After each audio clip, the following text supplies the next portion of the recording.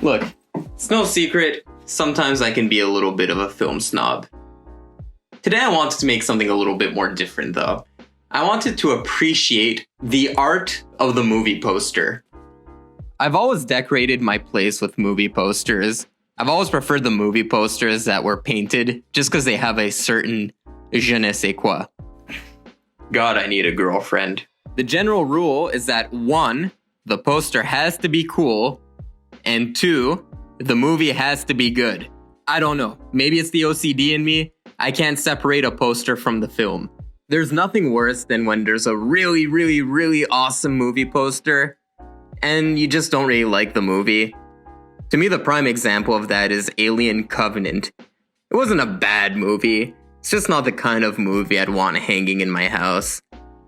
But that poster, by God, what a beauty. There's so much detail in this poster, and it's such a great homage to H.R. Geiger, the original concept artist of the first film. It kind of reminds me of Michelangelo's Last Judgment, how everyone is getting offed and it just looks so hellish. My compliments to the artist. But how did movie posters come to be? Let's take a look at the history of the movie poster. The first movie poster is credited to the Lumiere brothers' L'Arroseur Arrosé. The poster was just an audience watching the movie with a scene from the film playing on the screen. Imagine if they did that nowadays. Like, imagine having a poster for Star Wars The Force Awakens, and it's just a bunch of nerds watching the movie. The movie was a short film, and films were still considered more of an attraction than an art form at the time, so the posters at the time still promoted it as such. It wasn't until the 20s came around that film posters became more of an art form. The silent film era is when movie posters really started becoming their own art form. Sure, they were still traced stills of the film, but there was such an artistry to it. Like, look at this poster of the jazz singer. Yikes. In the late 1920s, some posters had developed an Art Deco vibe, because that's what was fashionable at the time. Like, take this Metropolis poster for example. This poster was pretty revolutionary.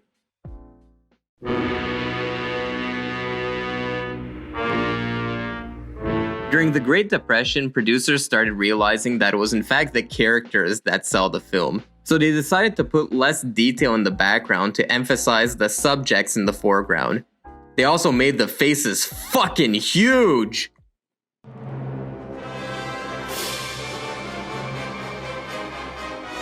In the 40s, movie stars started becoming more predominant. People like Cary Grant, Humphrey Bogart, and Orson Welles. They wanted to make the stars look more masculine and tough, so they often paired them with a woman lead.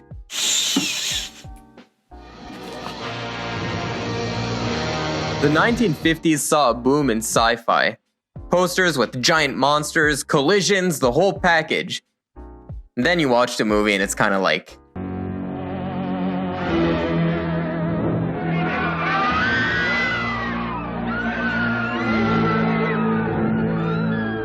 I mean, don't get me wrong, I still love 50s sci-fi. But the posters can be a little misleading. I guess the suspension of disbelief was bigger back in the 1950s. Different film projections were promoted as well for optimal film viewing, so posters started adding things like in Technicolor or 3 dimensions.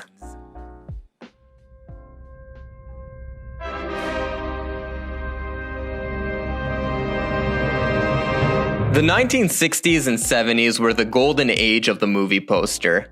Everything just had a nice simplicity to it. I feel like later on, posters became a little too cluttered. I love when a poster can describe the tone and vibe of the movie with just one image. This period also saw the emergence of famous poster artists. That's right, there was a time where people knew poster artists by name. People such as Drew Struzan, Bob Peak, and Richard Amsel. The Apocalypse Now poster is so badass, subtly showing the river leading to Colonel Kurtz. The style is also really reflective of Storaro's psychedelic/hellish cinematography. And then you see what fucking Thailand got for their poster. Holy shit! This poster takes it to a whole new level. I mean, I'm not dissing the original poster, but fuck, I need a copy of this one. I probably spend too much time on Pinterest.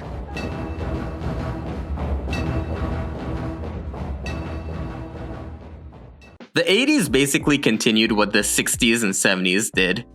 I especially like their action movie posters with these big, tough, muscle-bound badasses. However, in this decade, the use of photography in posters really started taking the place over painted posters. This was a trend that slowly occurred in the previous decade, but was further cemented in the 80s. I mean, it was inevitable, but there is a charm to the painted posters, in my opinion. I know I'd go from rags to riches. I think the 90s is when the poster started becoming a bit more of an afterthought. You see, before the internet age, the poster and the occasional movie trailer is all what people had to go off of before watching a movie. But the movie poster as a form of advertising didn't really translate well to the internet era. Sometimes it feels like whoever made these designs had to fucking scramble to make it 2 hours before the deadline. Like, what the heck is this? Really? Everyone looks like a freaking PlayStation 2 character. And these characters are just thrown all over the place. Spider-Man is in the background, where the villain usually is. And Iron Man is where the hero is supposed to be.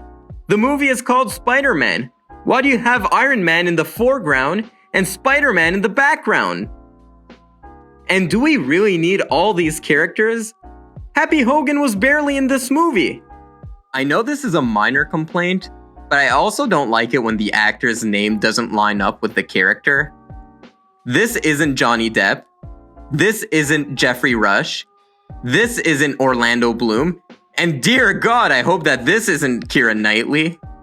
I get it, it has to do with the actor's contracts, getting top billing, yada yada yada. But can you design the poster so that it doesn't imply that the characters are matching with the actor's name? Look at this poster. It's perfect. Iconic scene from the film, captures the spirit of the film perfectly, but they're about to screw it up with the DVD release. What is this? Oh! Whenever a poster does do something unique, others will just try to rip it off. There was this whole trend of putting writing over the main character's face as he stares into the camera.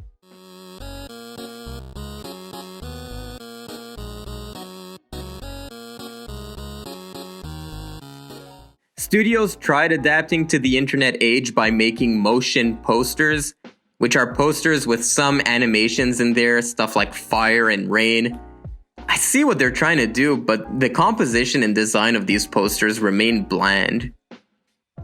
Sometimes a movie will have one version of a poster made for more general audiences, then release an alternate poster that's way better.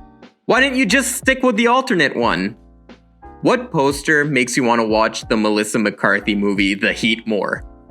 This one? Or this one?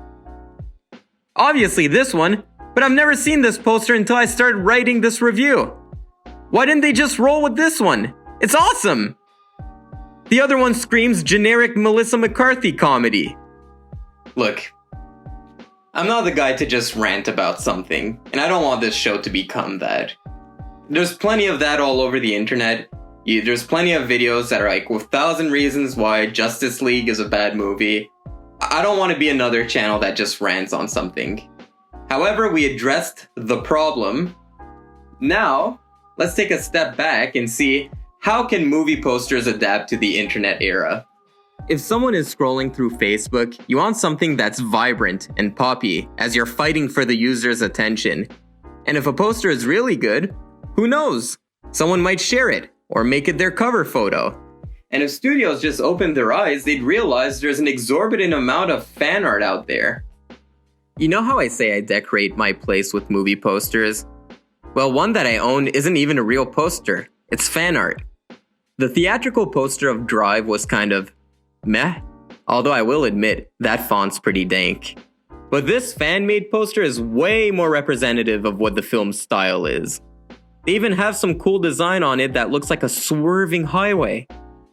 If someone gave me the keys to a studio and said, Paul, we need you, make a cool movie poster, what I would do, honestly, is just take these talented people off the internet and let them do whatever they want. Let them go crazy. You know, one genre of music that does do that is hip hop.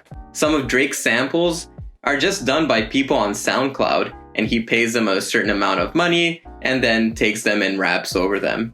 I think films should do something similar. But, however, I feel like this is just me wishful thinking.